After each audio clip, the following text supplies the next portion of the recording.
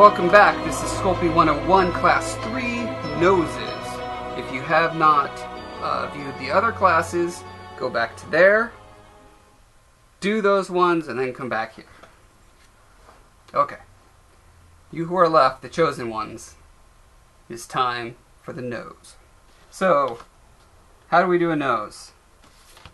Well, let's look at our friend Philippe's work here. So he does this thing where he blobs 3 balls together and then puts a piece of clay over that and then smooths stuff out. He works in water-based clay, so that works a little better for that medium. I'm going to show you the way that I do it instead.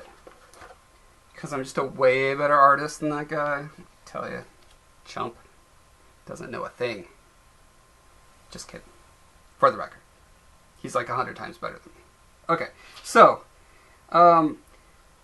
when I was doing the eye sockets, I naturally kind of created the bridge of the nose, and so pretty much all that's left to do is the complicated part.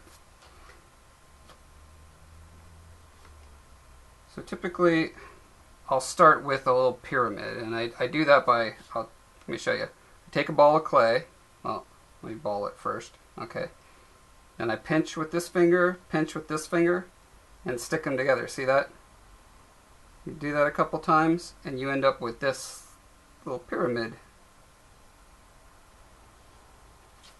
When you stick it on, you got to make this sound. It goes.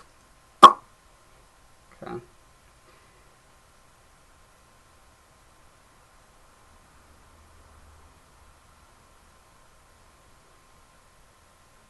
Let's see, you know what, I'm going to introduce a new tool at this point. These are super handy. You can do it without them. It's just really nice to have. These are called color shapers. And I believe they're created for painters to like scratch through the paint onto the canvas. So they've got this soft silicone nib on them. But essentially, what they allow a sculptor to do is have teeny tiny little fingers, right? Like, I'm having trouble smoothing this part of the nose into the face without also squishing the eyes because of my big sausage finger. So, I take this, and it's like a nice little miniature finger for smoothing. See how nice that is? It's nice. Trust me, it's nice. I'll put a link to where you can find these as well.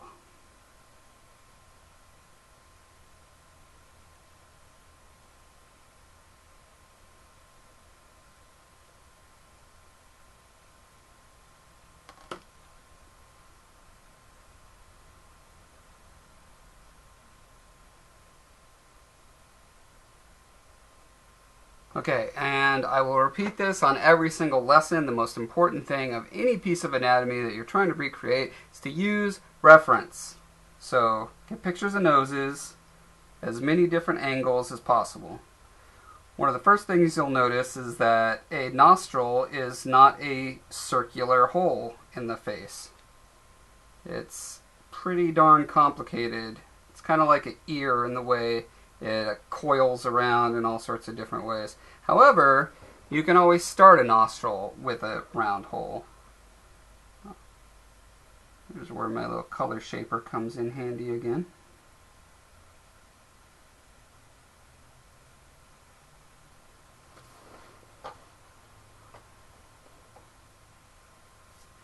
Okay. Now before I get all detailed and stuff, I'm going to stop. I'm going to take a breath. I'm going to look at it from a lot of different angles.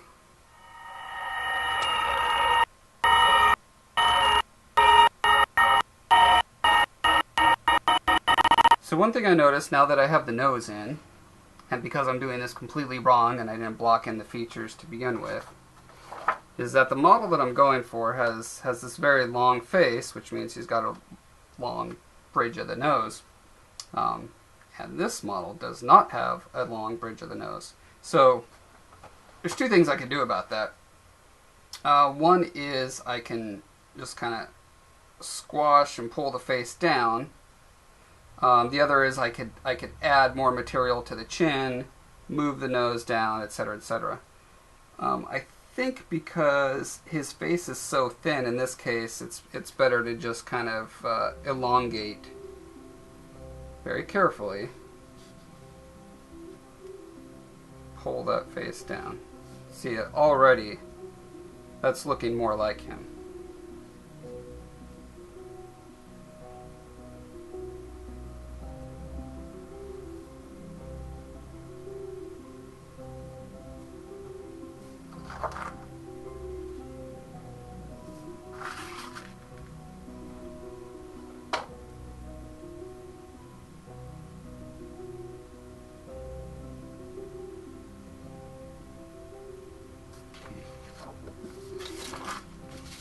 Okay, so to do the nostrils, take the edge of my spatula tool and kind of curl it around.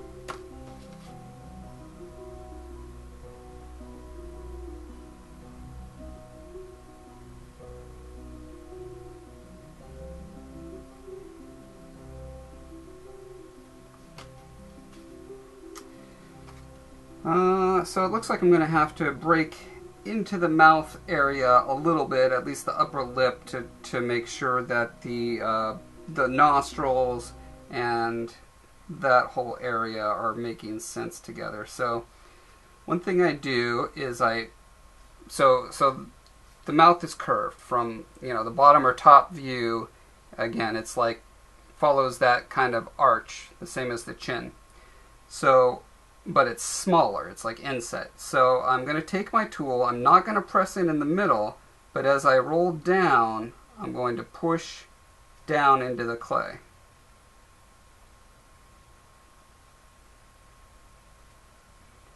And then I just rip that part right off.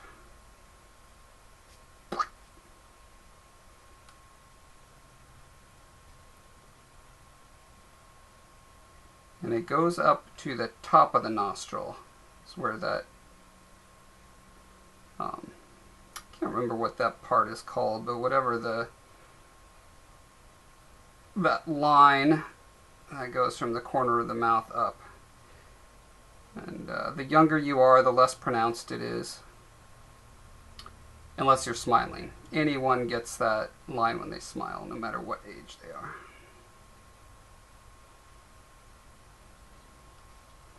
So this guy is a pretty young dude. Looks like he's probably in his 20s. So, is it nasal labial fold? Is that what it's called? Whatever it is, it's pretty subtle on him. But it's still important to mark as a landmark, to know where that goes, because it interacts with the corner of the nose.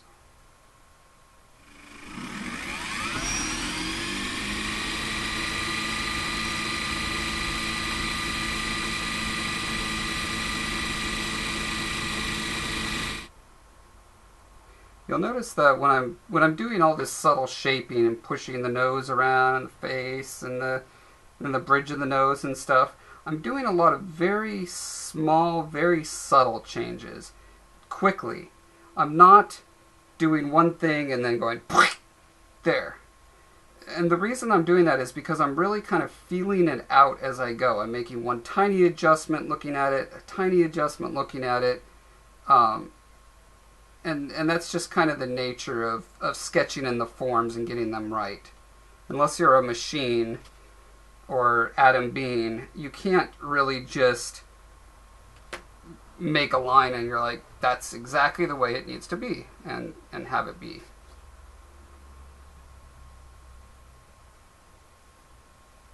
So it's good to get used to lots of little micro movements. Don't think of this as drawing bold, broad lines. You're doing very small massages as you go.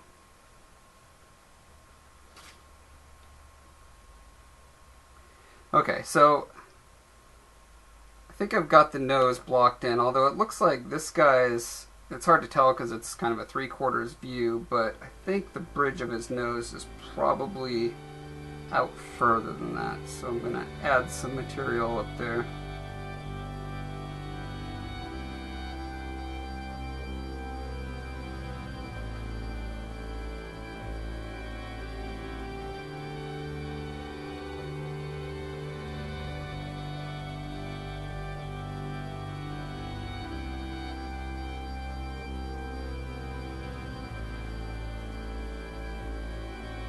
And then I'm using the color shaper and kind of rolling it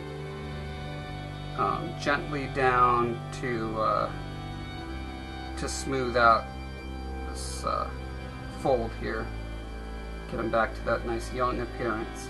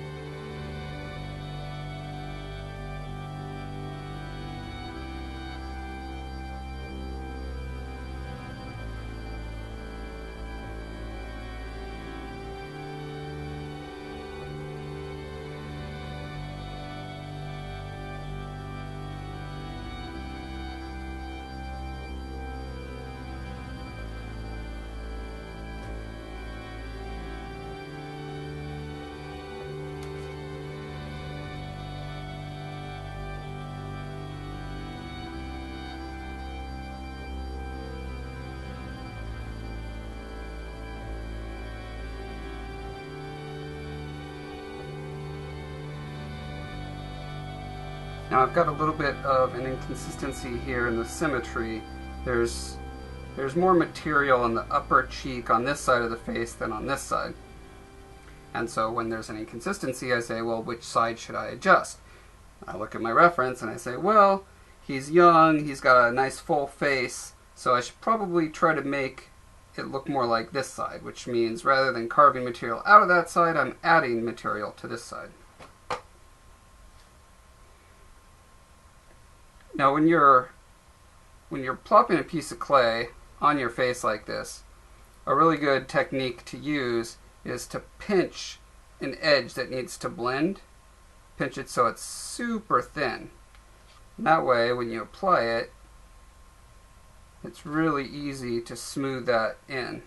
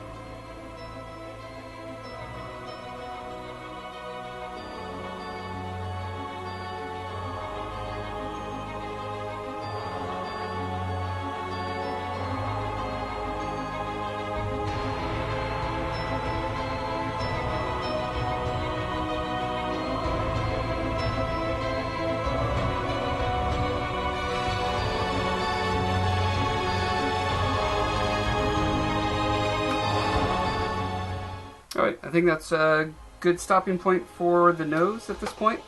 And join me at the next episode where we shall tackle the mouth.